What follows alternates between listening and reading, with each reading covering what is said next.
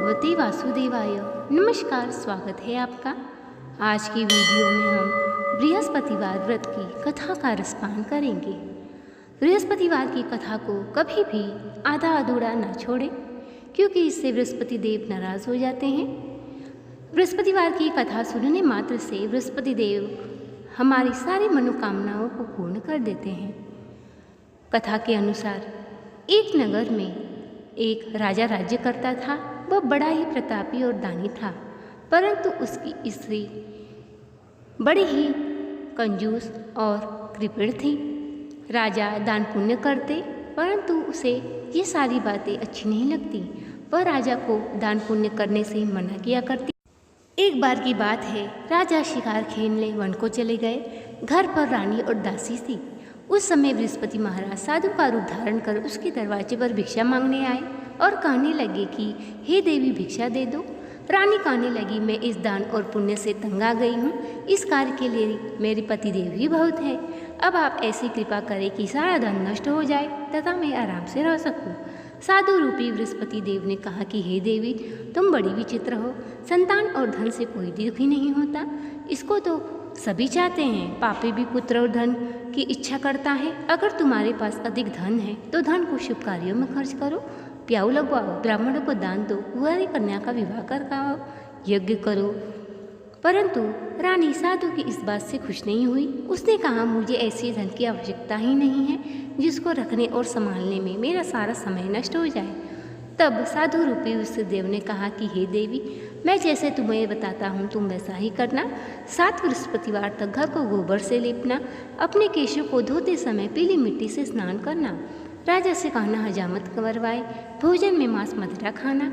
ऐसा करने से तुम्हारा सारा धन नष्ट हो जाएगा। साधु के कहे अनुसार रानी ने इस प्रकार के कर्म करने प्रारंभ किए। कार्य करते हुए केवल 3 बृहस्पतिवार बीते थे कि उनकी समस्त धन संपत्ति नष्ट होने लगी और भोजन के लिए परिवार तरसने लगा। अब भोजन के लिए अन्न बड़ा मुश्किल से मिलता। राजा कहने लगा कि तुम यहाँ पर रहो, मैं दूसरे देश को जाता हूँ, क्योंकि यहाँ पर सभी मनुष्य मुझे जानते हैं, इसलिए मैं यहाँ कोई कार्य नहीं कर सकता। यह कहकर राजा परदेश चला गया। इधर रानी और दासी को किसी दिन भोजन मिलता, किसी दिन जल पीकर ही सो जाती। एक दिन रानी और दासी को 7 दिन बिना भोजन किए व्यतीत करना पड़ा। तब रानी ने अपनी दासी से कहा, पास ही के नगर में मेरी बहन रहती है, वह बड़ी धनवान है, उसके पास तू जा 5 से बीजर मांग कर ले आ। दासी रानी की बहन के घर गए। उस समय रानी की बहन पूजा कर रही थी, क्योंकि बृहस्पतिवार का दिन था, तो वे कथा सुन और पढ़ रहे थे। दासी ने रानी की बहन से कहा, मुझे आपकी बहन ने भेजा है, मुझे 5 सेर बीजर दे दो। परंतु रानी ने कोई उत्तर नहीं दिया। दासी बहुत ही दुखी हुई और आकर रानी से कहने लगी कि रानी जी, आपकी बहन तो बहुत घमंडी है, वह छोटे लोगों से बात भी नहीं करती। मैंने उनसे कहा तो उसने कोई भी उत्तर नहीं दिया। तब रानी कहने लगी कि इसमें उसका कोई दोष नहीं है, जब बुरे दिन आता है तो कोई भी सहारा नहीं देता। इस पर रानी की बहन ने सोचा कि मेरी बहन की दासी आई थी। पूजा समाप्त कर वह अपने बहन के घर गई और पूछने लगी कि हे बहन, दासी हमारे घर गई थी, कहो क्यों गई थी? मैं उस समय पूजा कर रही थी, बृहस्पतिवार का दिन था, इसलिए हम लोग ना ही उठते और ना बोलते। इस पर रानी कहने लगी कि हे बहन, वैसे तुमसे कोई बात छिपी नहीं है, मैंने तुम्हें रे पास उसे 5 सेर बीजर लेने के लिए भेजा था। तब रानी की बहन कहने लगी, बृहस्पति भगवान सबकी मनोकामना पूर्ण करते हैं, देखो तुम्हारे घर में अनाज रखा होगा। इस प्रकार दासी घर के अंदर गई। उसे एक बड़ा घड़ा बीजर का भरा मिला। उसे बड़ी ही हैरानी हुई, क्योंकि उसने एक एक बर्तन देख लिया था। तब वह रानी से आकर कहने लगी, रानी जी, वैसे तो हमको अन्न नहीं मिलता है, तो हम रोज़ ही व्रत किया करते हैं, अगर इनसे व्रत की विधि पूछ ली जाए तो हम भी किया करेंगे। इस पर रानी ने अपनी बहन से व्रत के बारे में पूछा। रानी की बहन ने कहा कि बृहस्पतिवार को सूर्योदय से पूर्व स्नान करे और केले के वृक्ष की जड़ में गुड़ चना डाल के भगवान को जल दे और पूजन करे। ऐसा करने से तुम्हारी सारी दरिद्रता दूर हो जाएगी। यह सुन रानी और दासी ने विचार किया कि हम बृहस्पतिवार का व्रत अवश्य करेंगे। विधि बताकर रानी की बहन अपने घर लौट गई। अब दासी और रानी ने गुड़साल में जाकर गुड़ चना बीन लाई और बृहस्पतिवार आया। उन्होंने व्रत रखा। व्रत रखने के कारण बृहस्पति भगवान प्रसन्न थे। उन्होंने साधु के रूप में धारण कर 2 थालों में भोजन लेकर आए और दासी को देकर बोले कि यह भोजन तुम्हारे और रानी के लिए है, तुम दोनों करना। दासी भोजन पाकर बड़ी ही प्रसन्न हुई।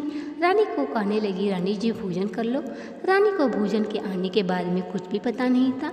वे कहने लगी कि तू ही भोजन कर, क्यों तो व्यर्थ में हमारी हंसी उड़ाती है। रानी कहने लगी, एक व्यक्ति हम दोनों के लिए 2 थालों में भोजन दे गया है, मैं और आप साथ साथ भोजन करेंगे। इस पर उन्होंने भगवान को प्रणाम कर भोजन प्रारंभ किया। उसके बाद से वो नियम से बृहस्पतिवार का व्रत करने लगी। बृहस्पतिवार के व्रत के प्रभाव से उनके पास धन हो गया। अब तो रानी फिर पहले की तरह आलस्य करने लगी। दासी कहने लगी, रानी जी तुम पहले भी इस प्रकार आलस्य करती थी, तुम्हें धन को रखने में कष्ट होता था, इस कारण हमारा सारा धन नष्ट हो गया। अब तुम फिर आलस्य मत करो, धन को शुभ कार्यों में खर्च करो, प्याऊ लगवाओ, ब्राह्मणों को दान दो, कुंवारी कन्या का विवाह करवाओ, धन को शुभ कार्यों में खर्च करो। रानी ने दासी की बात मानी और इस प्रकार के कर्म करने प्रारंभ किए, जिससे उनका काफ़ी यश फैलने लगा और वे धीरे धीरे अधिक धनवान हो गई। इधर राजा वन वन भटकता, लकड़ी बीन के बेच के गुजारा करता। रानी और दासी ने भगवान से प्रार्थना की कि हे भगवान, न जाने राजा किस हालत में होंगे, उनकी कोई खोज खबर नहीं है। उसी रात्रि को राजा उस लकड़हारे के पास गए और कहने लगे, हे लकड़हारा, सोता है या जागता है? वह कहता है, मैं सोता भी नहीं हूँ, जागता भी नहीं, मझधार में हूँ। रानी की गलती से मुझे कितने दुख भोगने पड़े। तब बृहस्पति महाराज साधु के रूप में प्रकट होकर कहते हैं कि हे राजा, उठ, बृहस्पतिवार को लेकर लकड़ी जा और बेच के उस दिन तुझे और दिनों से अधिक धन मिलेगा, जिससे तुम भली भांति भोजन कर लोगे और उससे भगवान का सामान भी आ जाएगा। लकड़हारे ने साधु से कहा कि मुझे तो इस व्रत के बारे में कुछ भी नहीं मालूम है। तब साधु ने कहा कि बृहस्पतिवार की कथा इस प्रकार है। एक गांव में एक गरीब ब्राह्मण रहता था, परंतु उसकी स्त्री बड़ी ही मलिनता से रहती थी। न वो पूजा पाठ करती और न ही कोई काम करती। सुबह उठते ही सर्वोत्तम भोजन करती। ब्राह्मण बड़ा ही दुखी रहता। पत्नी को बहुत समझाता, परंतु कोई परिणाम नहीं निकलता। ब्राह्मण के पुण्य से उसके यहाँ एक कन्या ने जन्म लिया। वह कन्या अपने पिता के घर में बड़ी होने लगी। वह बालिका बचपन से ही बृहस्पतिवार का व्रत भी करने लगी, जिसके प्रभाव से उनके घर में धन हो गया और भली भांति गुजारा होने लगा। परंतु वह बालिका जब जाती स्कूल तो अपनी मुट्ठी में जौ भर कर ले जाती और पाठशाला जाने के मार्ग में डालती जाती। वही जौ स्वर्ण के हो जाते, उनको बीनकर घर ले आती और उससे जौ साफ करती। इस प्रकार करते करते वह बालिका बड़ी हो गई और एक दिन उसकी माँ ने जौ साफ करते हुए देख लिया और कहने लगा, हे बेटी, सोने को जौ को फटकने के लिए सोने का सूप होना चाहिए। उसने व्रत रखा बृहस्पतिवार का और भगवान से प्रार्थना की, हे प्रभु, यदि सच्चे मन से मैंने आपकी पूजा की हो तो मुझे सोने का सूप दे दो। बृहस्पति भगवान ने उसकी प्रार्थना स्वीकार कर ली। पाठशाला से जब वो लौट रही थी, उसे एक सोने का सूप मिला। उसे वे घर ले आई और जौ साफ करने लगी, परंतु उसकी माँ का वही रंग रहा। एक दिन की बात है, उस नगर का राजकुमार वहाँ से होकर निकला। इस कन्या का रूप और सोने के सूप में जौ को फटकते देखकर ईश्वर मोहित हो गया। राजमहल जाकर उदास होकर भोजन जल त्याग कर लेट गया। जब राजकुमार द्वारा अन्न जल त्यागने का समाचार राजा को ज्ञात हुआ तो अपने मंत्रियों के साथ उस राजकुमार के पास पहुंचा और कहने लगा, हे बेटा, तुम्हें किस बात का कष्ट है? किसी ने अपमान किया हो अथवा और कोई कारण है? तब वह कहने लगा, आपकी कृपा से मुझे किसी बात का कष्ट नहीं है, किसी ने मेरा अपमान नहीं किया, परंतु मैं उस लड़की के साथ विवाह करना चाहता हूँ जो सोने के सूप में जौ साफ कर रही थी। इस पर राजा आश्चर्य में पड़ गया और कहने लगा, इस तरह का कन्या का पता लगाओ, मैं उसके साथ तुम्हारा विवाह अवश्य करवा दूंगा। इस प्रकार राजकुमार ने उस लड़की के घर का पता बतलाया। मंत्री ब्राह्मण के यहाँ गया, राजा का आदेश ब्राह्मण को सुनाया। ब्राह्मण तैयार हो गया। कुछ समय के बाद उसका पुत्री का विवाह राजकुमार के साथ संपन्न हो गया। कन्या के घर से जाती ही ब्राह्मण के घर में पहले की भांति गरीबी का निवास हो गया। भोजन के लिए अन्न भी मुश्किल से मिलने लगाया। ब्राह्मण दुखी होकर अपनी पुत्री से मिलने गया। पुत्री ने ढेर सारा धन देकर अपने पिता को विदा कर दिया। कुछ समय के पश्चात वह सारा धन नष्ट हो गया। ब्राह्मण फिर दुखी होकर अपनी पुत्री से मिलने आया। बेटी ने कहा, अब माता जी को लिवा में मैं वह विधि बता दूंगी जिससे गरीबी दूर हो जाएगी। अब ब्राह्मण अपनी पत्नी को लेकर पुत्री के यहाँ पहुँचे। पुत्री माँ को समझाने लगी कि माँ, तुम सर्वप्रथम स्नान करके भगवान विष्णु का पूजन करो तो सब दरिद्रता दूर हो जाएगी। परंतु उसकी बात उसकी माँ ने एक भी नहीं मानी। उठते ही सर्वप्रथम अपनी पुत्री के बच्चों का जूठन खा लेती थी। इस पर एक दिन उसकी पुत्री को बहुत गुस्सा आया और उसने एक कोठरी से सारा सामान निकालकर उसमें अपनी माँ को बंद कर दिया। अगले दिन स्नान करा के पूजा पाठ करवाया तो उसकी माँ की बुद्धि ठीक हो गई। अब वो नियम से पूजा पाठ करने लगी। उसके माँ और पिता के पास भी धन हो गया। इस लोक का सुख भोग कर वे स्वर्ग को प्राप्त हो। बृहस्पति देव ने कहा, और उससे तू बृहस्पतिवार का व्रत रखना, तेरे जीवन के सारे कष्ट दूर हो जाएंगे। साधु की बात मानकर राजा लकड़ी लेकर बाजार गया। उसे और दिनों से अधिक धन मिला।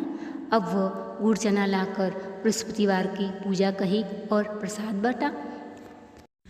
परंतु जब अगला बृहस्पतिवार आया तो वो व्रत करना भूल गया। अब बृहस्पति भगवान नाराज हो गए। उन्होंने अपना उसके ऊपर कोप दिखाया। संयोगवश उसी दिन लकड़हारा जिस राज्य में रहता था उस राजा ने यज्ञ का आयोजन किया था और समस्त राज्य में घोषणा करवा दी कि समस्त लोग मेरे यहाँ भोजन करने आए। अपने घर कोई आग भी न जलाएगा। जो इस आज्ञा को नहीं मानेगा उसको फांसी की सजा दी जाएगी। इस प्रकार लकड़हारा कुछ देर से पहुंचा। राजा उसे अपने महल में ले आके भोजन करा रहे थे। रानी वहीं पर बैठी हुई थी। उसने देखा कि सोने का हार खूंटी पर लटका हुआ दिखाई नहीं दिया। रानी ने कहा, मेरा हार लकड़हारे ने चुराया होगा। इस पर राजा ने लकड़हारे को जेल में डलवा दिया गया।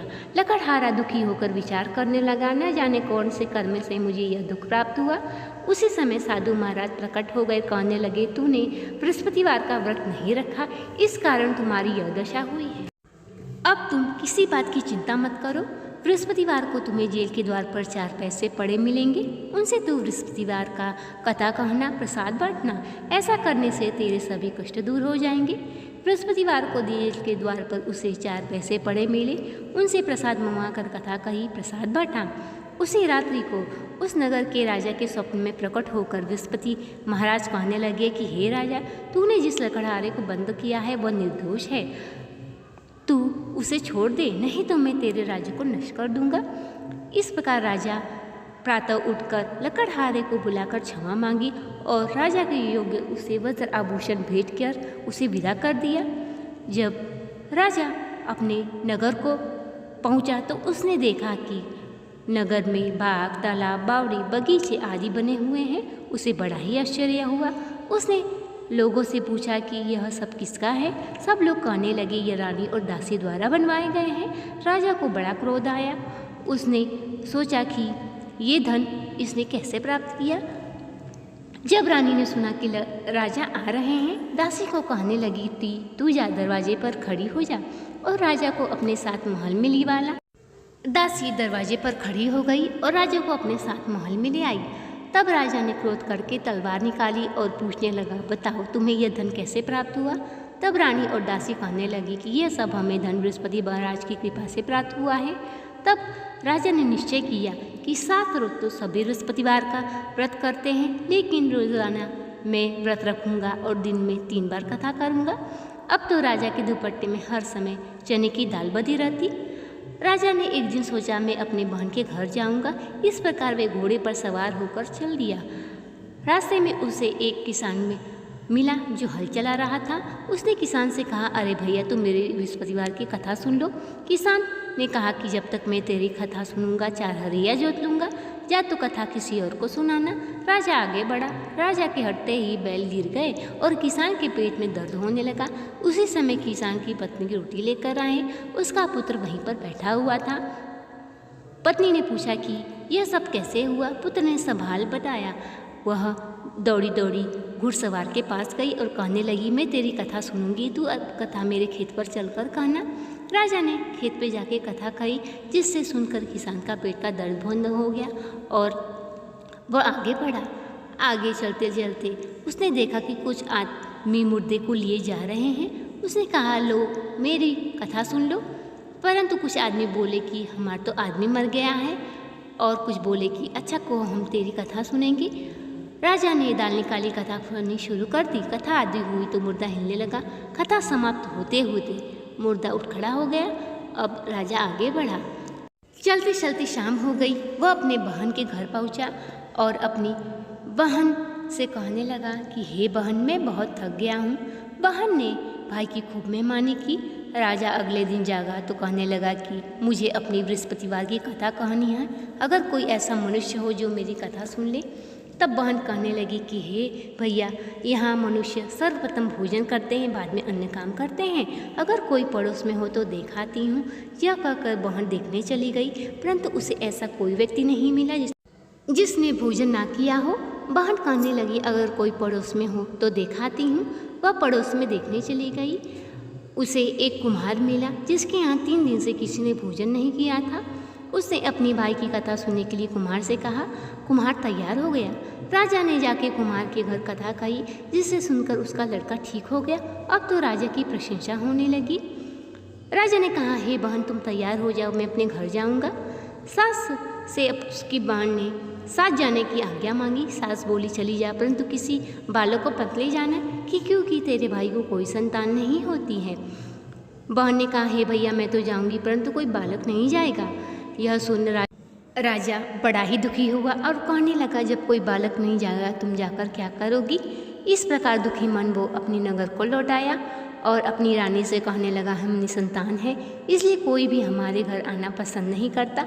इस पर रानी कहने लगी कि बृहस्पति भगवान ने हमें सब कुछ दिया है, वे हमें संतान भी अवश्य देंगे। उसी रात्रि को बृहस्पति महाराज साधु के रूप में प्रकट होकर राजा के स्वप्न में कहने लगे कि हे राजा, उठ, सभी सोच त्याग दे, तेरी रानी गर्भवती है। 9वें महीने रानी के गर्भ से एक सुंदर पुत्र पैदा हुआ। अब बहन ने जब यह सुना तो खुश खबरी लेके अपने भाई के घर पहुंची। राजा की पत्नी अपनी ननद को ताने देने लगी, घोड़ा चढ़कर नहीं आई, क्या गधा चढ़ी आई। इस प्रकार कहने पर वह कहती है कि भाभी, मैं इस प्रकार न कहती तो तुम्हें औलाद कैसे मिलती। बृहस्पति महाराज ऐसे ही है, जिसके मन में जो कामनाएं रहती हैं सभी को पूर्ण करते हैं। जो भी प्रेम पूर्वक इस व्रत को रखता है, कथा सुनता है और सुनाता है, उसकी हर मनोकामना भगवान पूर्ण करते हैं। बोलो बृहस्पति महाराज की जय। अब आइए सुनते हैं बृहस्पति देव की आरती। ओम जय गुरु बृहस्पति देवा, छिन छिन भोग लगाओ, कदली फल मेवा। ओम जय गुरु बृहस्पति देवा, तुम पूर्ण परमात्मा, तुम अंतर्यामी, जगत पिता जगदीश्वर, तुम सबके स्वामी। ओम जय गुरु बृहस्पति देवा, चरणामृत निज निर्मल, सब पातक हरता, सकल मनोरथ दायक, कृपा करो भरता। ओम जय गुरु बृहस्पति देवा, तन मन धन अर्पण कर, जो जन शरण पड़े, प्रभु प्रकट तब होकर, आकर द्वार खड़े। ओम जय गुरु बृहस्पति देवा, सकल मनोरथ दायक, सब संशय हारो, विषय विकार मिटाओ, संतन सुखकारी। ओम जय गुरु बृहस्पति देवा, दीन दयाल दयानिधि भक्तन हितकारी, पाप दोषी सब हरता, भवबंधन हारी। ओम जय गुरु बृहस्पति देवा, सकल मनोरथ दायक, सब संशय हारो, विषय विकार मिटाओ, संतन सुखकारी। ओम जय गुरु बृहस्पति देवा, जो कोई आरती तेरी प्रेम सहित गावे, जेठानंद आनंद कर सो फल निश्चय पावे। ओम जय गुरु बृहस्पति देवा। बोलो विष्णु भगवान की जय, माता लक्ष्मी की जय। वीडियो पसंद आया हो तो चैनल को सब्सक्राइब करें, वीडियो को लाइक और शेयर करें, कमेंट बॉक्स में भगवान विष्णु जी का जयकारा लगाएं। मिलते हैं अगली वीडियो में अगली कथा के साथ, तब तक के लिए नमस्कार।